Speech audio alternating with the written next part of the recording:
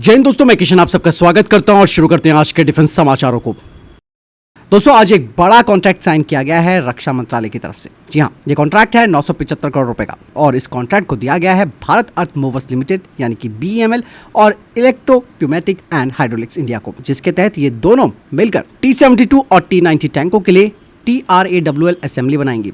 अब ये TRAWL assembly है क्या, ये भी जान लेते हैं और ये इतनी इंपॉर्टेंट क्यों मानी जा रही है। दोस्तों, ये जो TRAWL है वो एक तरीके का माइन फील्ड ब्रीचिंग सिस्टम है जिसे कि टैंक के आगे लगाया जाता है, जैसे कि T-72 और T-90।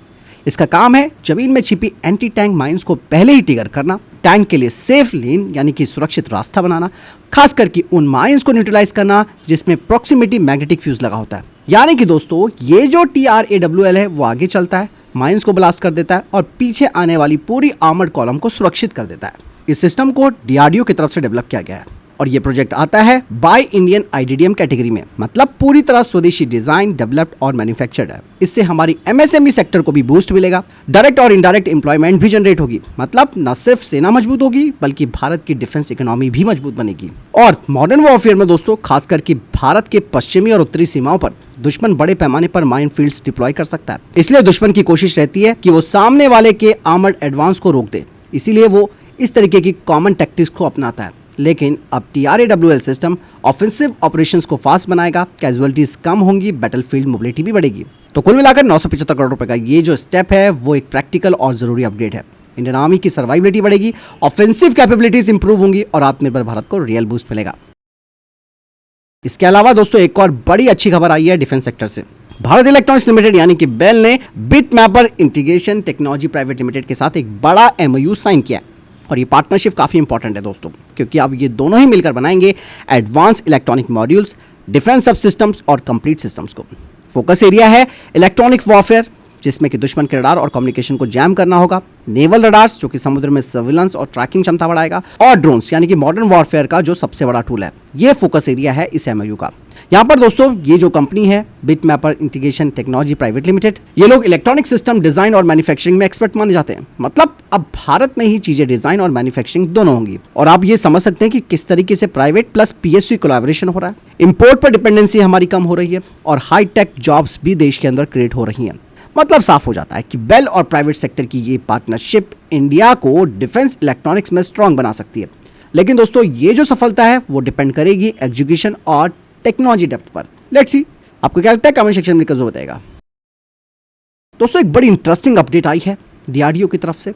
दरअसल DRDO ने प्रज्ञा सैटेलाइट इमेजिंग सिस्टम को मिनिस्ट्री ऑफ होम अफेयर्स को सौंपा है, यानी कि गृह मंत्रालय को सौंपा है। अब ये जो प्रज्ञा सिस्टम है दोस्तों, ये काफ़ी इंपॉर्टेंट माना जाता है क्योंकि ये सैटेलाइट से रियल टाइम की इमेजेस देता है, ग्राउंड सिचुएशन का लाइव मॉनिटरिंग करता है, जिससे कि तेजी से डिसीजन लेने में मदद मिलेगी।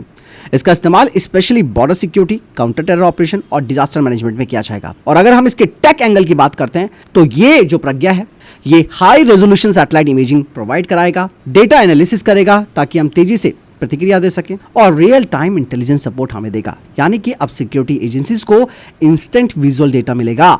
लेकिन यहाँ पर दोस्तों थोड़े से चैलेंजेस जरूर रहेंगे। पहला, सैटेलाइट सिस्टम जो है हमारा वो वेदर और क्लाउड कवर की वजह से थोड़ा प्रभावित हो सकता है। और सबसे बड़ी बात है कि रियल टाइम डेटा जो मिलेगा उसके लिए हैवी डेटा प्रोसेसिंग चैलेंज भी रहेगा। हालांकि ये चैलेंजेस है, इसका भी तोड़ निकाला जाएगा, पर आप ये समझ सकते हैं कि प्रज्ञा सिस्टम भारत की इंटरनल सिक्योरिटी को नेक्स्ट लेवल पर ले जा सकता है। लेकिन इसकी रियल पावर डिपेंड करेगी एग्जीक्यूशन प्लस इंटीग्रेशन पर। वहीं दोस्तों, भारत इलेक्ट्रॉनिक्स लिमिटेड यानी कि बेल अब हाइपरसोनिक मिसाइल डिटेक्शन पर काम कर रहा है। यानी कि दुश्मन की तरफ से आने वाली हाइपरसोनिक मिसाइल को कितनी तेजी से डिटेक्ट किया जा सकता है ताकि उसे समय रहते रोका जा सके, और ये काम आसान नहीं है। हाइपरसोनिक मिसाइलें दोस्तों मैक 5 से ज्यादा की स्पीड से आती हैं और बार बार ये अपनी डायरेक्शन बदल सकती हैं। इवन ये लो एल्टीट्यूड पर उड़ती हैं, जिससे कि इसे डिटेक्ट करना मुश्किल हो जाता है। यहाँ पर सबसे बड़ी प्रॉब्लम क्या है वो भी आप जान लो। जो ऑलरेडी ट्रेडिशनल रडार हैं वो इन्हें सही से ट्रैक नहीं कर पाते हैं, रिएक्शन टाइम तो मिलता ही नहीं है और रडार क्रॉस सेक्शन इन मिसाइलों को काफ़ी कम होता है। यही वजह है कि बेल अब तैयार कर रहा है नेक्स्ट जनरेशन का डिटेक्शन सिस्टम, जो कि AI plus machine learning based tracking करेगा। इसमें सेंसर फ्यूजन होगा, मतलब मल्टीपल सेंसर्स का डेटा कंबाइन होगा और फास्ट सिग्नल प्रोसेसिंग होगी ताकि मिसाइल को जल्दी डिटेक्ट और ट्रैक किया जा सके। दोस्तों, ये जो नेक्स्ट जनरेशन डिटेक्शन सिस्टम होगा इसमें रडार प्लस AI मिलकर पैटर्न को पहचानेंगे, मिसाइल की अनप्रिडिक्टेबल मूवमेंट को प्रिडिक्ट करेंगे और वीक सिग्नल्स को भी ये पकड़ने की कोशिश करेंगे। मतलब साफ है दोस्तों कि बेल का ये स्टेप फ्यूचर वॉरफेयर के लिए काफी जरूरी है और इसके लिए बकायदा दोस्तों 3.6 करोड़ रुपए का बजट दिया गया है। ये थोड़ा सा कम माना जा सकता है और छोटा माना जा सकता है। और इवन दोस्तों अमेरिका, चाइना और रशिया अभी पूरी तरीके से इस तरीके के सिस्टम को नहीं बना पाए। चलिए फिर भी भारत ने कोशिश तो करनी शुरू की है। वहीं दोस्तों भारतीय सेना अब अपने अटैक हेलीकॉप्टर्स को और घातक बनाने जा रही है और इसी वजह से भारतीय सेना ढूंढ रही है एक नई एयर टू एयर मिसाइल को जो कि हमारी HAL प्रचंड और HAL रुद्र पर लगेगी। और ये मिसाइलें इसलिए भी जरूरी हो गई हैं क्योंकि आज के युद्ध में सबसे बड़ा खतरा, मैं बार बार बताता आया हूँ, ड्रोन्स का है, खास करके स्वार्म अटैक्स का, जिसमें कि एक साथ कई ड्रोन्स आते हैं। और ऐसे में दोस्तों ये जो नई एयर टू एयर मिसाइल होगी इसकी सबसे बड़ी खासियत होगी heat seeking, fire and forget और रेंज 7 किलोमीटर से ज्यादा होगी और 90% हिट प्रोबेबिलिटी होगी, यानी कि एक शॉट में एक टारगेट खत्म होगा। इसके जरिए हम दुश्मनों के ड्रोन्स और लॉइटरिंग मिशंस को मार सकते हैं, दुश्मनों के हेलीकॉप्टर्स को खत्म कर सकते हैं और जरूरत पड़े तो उनके फाइटर जेट्स को भी। और इवन इसका सबसे खास फीचर होगा सैल्वो फायरिंग, यानी कि एक साथ कई मिसाइलें लॉन्च करके स्वार्म ड्रोन्स को खत्म किया जा सकता है। इस तरीके के मिसाइलों के लिए भारत के पास कुछ ऑप्शंस भी हैं जो कि विदेशी हैं।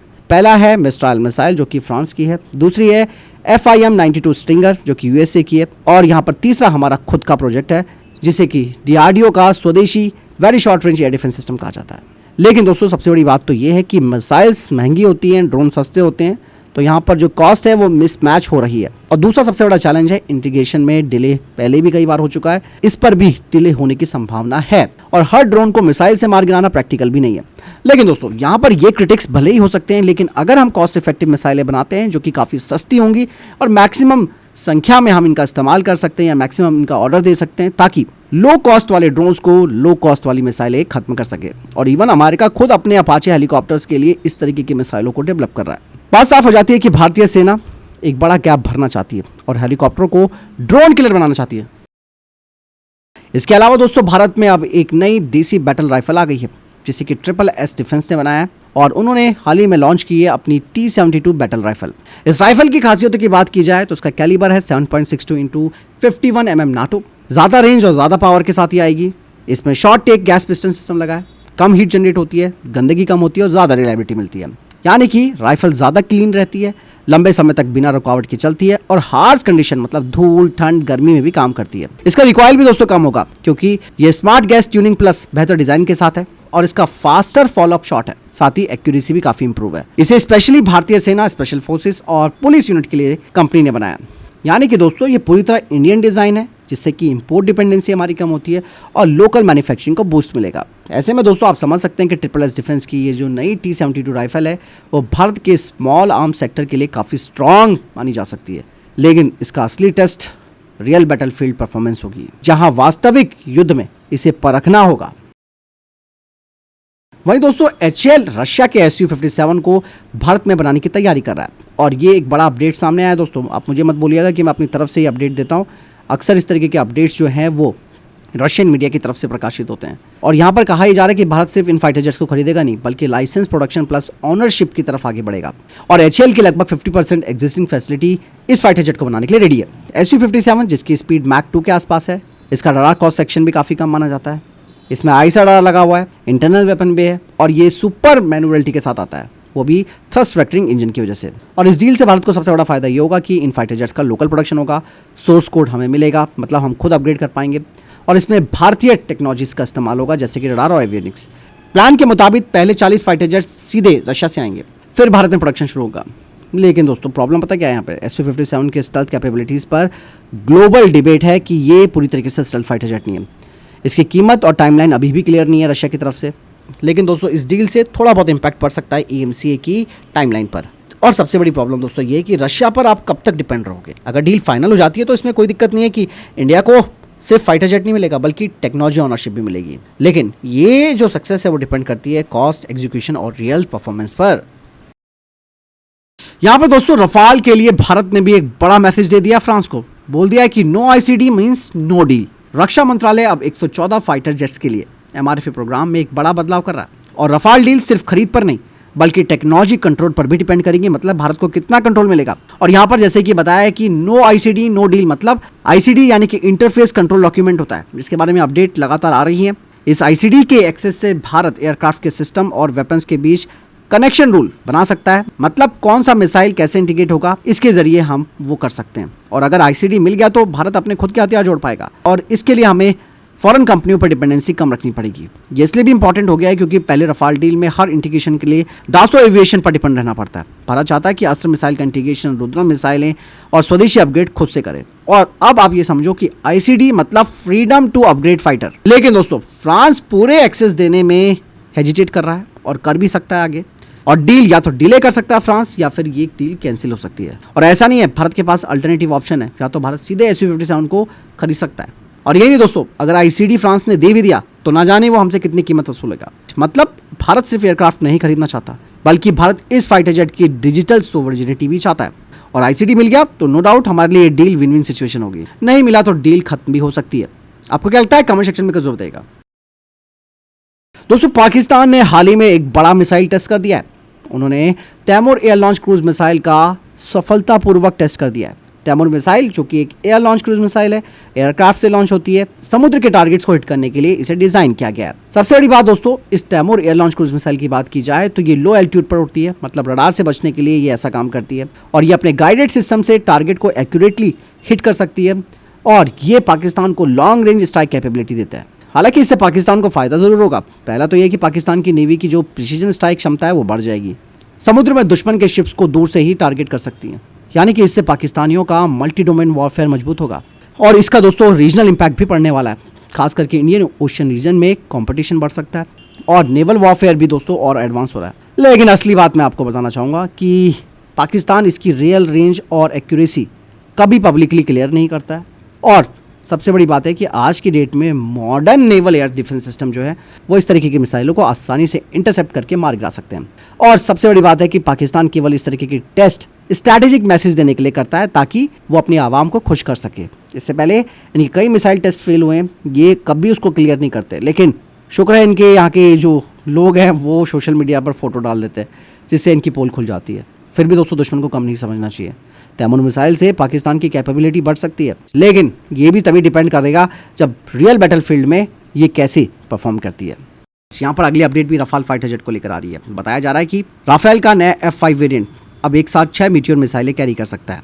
पहले जहां मैक्सिमम 4 मीटियोर मिसाइलें रफाल फाइटर जेट कैरी कर सकता था, लेकिन अब उसकी जगह 6 मिसाइलें कैरी होंगी, मतलब ज्यादा टारगेट्स और ज्यादा फायर पावर मिलेगी। यहाँ पर अभी तक प्रॉब्लम ये थी कि एक्स्ट्रा मिसाइलें, यानी कि ज्यादा ड्रैग, जिससे कि रेंज और स्पीड पर भी असर पड़ सकता था। लेकिन अब जो नया इंजन है M88 TREX, ये ज्यादा थ्रस्ट देता है, बेहतर फ्यूल एफिशिएंसी देता है, और एक्स्ट्रा लोड के बावजूद भी परफॉर्मेंस मेंटेन करके रखता है। इसका सबसे बड़ा फायदा दोस्तों ये होगा कि लॉन्ग रेंज BVR फाइट्स में एज मिलेगी फ्रांस को। कई सारे दुश्मनों को एक साथ इंगेज किया जा सकता है इस फाइटर जेट के जरिए, और first shoot first kill capability strong होगी। और इवन भारत के MRFA प्रोग्राम में भविष्य में राफेल 5 भी आ सकता है, जिससे कि एयरफोर्स को मिलेगा extra fire power plus flexibility. लेकिन दोस्तों, यहाँ पर एक चैलेंज जरूर है। 6 मिसाइलों का मतलब आप समझ रहे हो, ज़्यादा कॉस्ट पर मिशन लगेगी, मतलब आपको हर मिशन के लिए अच्छा खासा पैसा आपका खर्चा होगा। रियल कॉम्बैट में दोस्तों फुल लोड हमेशा प्रैक्टिकल नहीं होता, आप भी ये बात जानते हैं। और यहाँ पर तीसरा सबसे बड़ा चैलेंज है दुश्मनों का स्टेल्थ और इलेक्ट्रॉनिक वॉरफेयर सिस्टम इस पूरे एडवांटेज को खत्म कर सकते हैं। मतलब साफ है कि रफाल F5 अगर भारत को मिलेगा तो इससे भारत की एयर डोमिनेंस को बड़ा बूस्ट मिलेगा। फिलहाल इस बारे में आपकी क्या राय है, कमेंट सेक्शन में लिखकर जरूर बताएगा।